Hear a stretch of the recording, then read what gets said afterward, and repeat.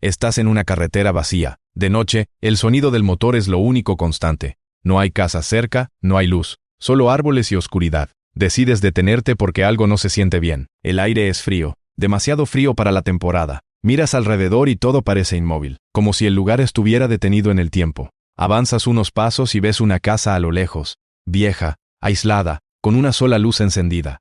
No parece peligrosa, de hecho, parece olvidada.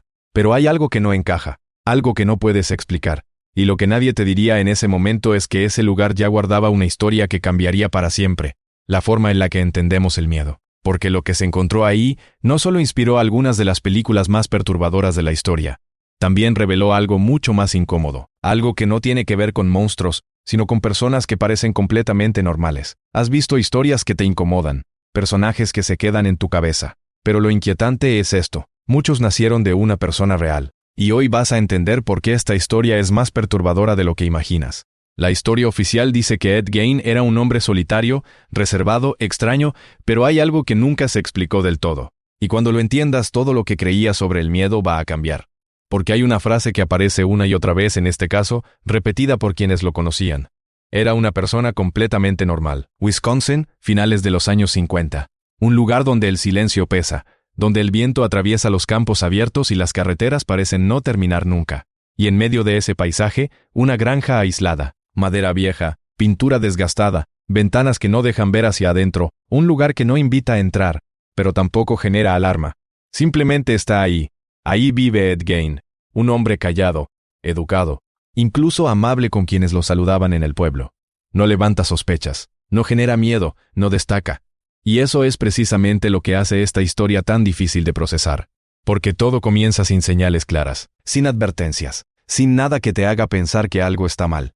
Pero para entender lo que realmente pasó, hay que ir mucho más atrás. Ed Gein no creció en un entorno común. Su mundo estaba definido por una sola figura. Su madre, una mujer dominante estricta, con una visión del mundo profundamente rígida. Para ella casi todo era incorrecto. Las personas eran corruptas, el exterior era peligroso, y la moral no era negociable. Ed creció dentro de esa idea. Imagina vivir en un lugar donde cada pensamiento que tienes ya fue juzgado antes de existir, donde cada emoción es filtrada. Donde la aprobación no se gana, se teme perder, porque perderla significa quedarte sin nada. Ed no desarrolló independencia emocional, desarrolló dependencia absoluta. Su identidad no era propia. Era un reflejo de lo que su madre esperaba de él, y cuando toda tu realidad gira en torno a una sola persona, perderla no es solo dolor, es perderte a ti mismo. Cuando su madre muere, no hay una reacción evidente, no hay gritos, no hay caos, solo silencio. Pero no es un silencio normal. Es un silencio pesado, denso como si algo dentro de él se hubiera desconectado por completo. Y aquí es donde todo empieza a cambiar. Pero lo que nadie sabía en ese momento era que ese cambio no sería visible. No habría señales claras. No habría advertencias. El aislamiento de Ed no era solo físico, era mental. La granja se convierte en su mundo, días enteros sin contacto, sin conversación, sin alguien que confronte su forma de pensar. Y cuando una mente permanece demasiado tiempo sin contraste, empieza a construir su propia lógica, su propia versión de la realidad. Ed seguía viviendo, pero no avanzando, como si el tiempo se hubiera detenido en el momento en que perdió a su madre. Y aquí es donde la historia cambia por completo, porque empieza a surgir una necesidad, no de conexión con otras personas, sino de recuperar lo que perdió. Y esto es lo que más me perturbó cuando investigué este caso. No es solo lo que hizo, es la intención detrás. No parece caos, parece intento. Un intento distorsionado de llenar un vacío imposible. En 2 minutos vas a ver algo que cambia completamente esta historia. Porque mientras todo esto ocurría, hacia afuera, nada parecía diferente. Lo inquietante no era eso. Era lo que estaba pasando al mismo tiempo. Ed seguía siendo el hombre tranquilo del pueblo.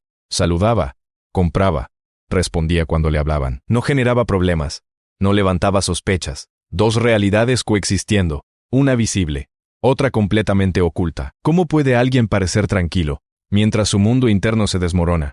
La respuesta no es simple. No se trata de fingir, se trata de fragmentarse, de vivir en capas, de mostrar solo lo que el entorno espera ver. Y hay un detalle que todos ignoraron.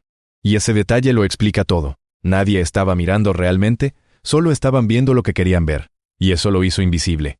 Hasta que algo cambia, un detalle pequeño, una sospecha, una decisión de mirar más de cerca. Y en ese momento, todo se rompe. La percepción cambia, la narrativa cambia, la realidad cambia. Lo que antes parecía imposible empieza a tener sentido.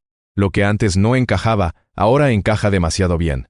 Y lo más inquietante no es el descubrimiento en sí, es entender cuánto tiempo estuvo todo ahí, sin ser visto. El momento llega. La verdad empieza a salir, poco a poco. Demasiado clara, demasiado tarde. Las piezas encajan, todo tiene sentido. Pero no tranquiliza, incomoda, mucho, porque no parece real. Pero lo es, no fue impulsivo, no fue repentino, fue progresivo, silencioso, constante. Y cuando finalmente se ve completo, ya no hay forma de ignorarlo. ¿Recuerdas la frase del inicio? Era una persona completamente normal. No era una descripción superficial. Era la clave. Porque lo más perturbador de esta historia no es lo que Ed Gein hizo, es que no parecía alguien capaz de hacerlo. Y eso cambia todo, porque nos obliga a aceptar algo incómodo. El peligro no siempre se ve, no siempre grita. A veces, se adapta, encaja, pasa desapercibido. Y cuando entiendes eso, la historia deja de ser lejana. Se vuelve posible. Lo más perturbador de esta historia no es el caso en sí, es lo cerca que está de lo cotidiano. Porque todos hemos visto a alguien que parece completamente normal. Y nunca pensamos en cuestionarlo. No porque haya señales claras, sino porque nuestra mente prefiere la comodidad de lo conocido.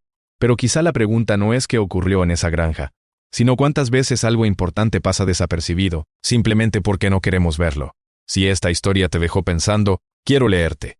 Pero no con una sola palabra. Dime, con más de 3 palabras, ¿qué es lo que más te inquieta de este caso? Y si este tipo de historias te hacen ver la realidad de forma distinta, ya sabes dónde encontrar más.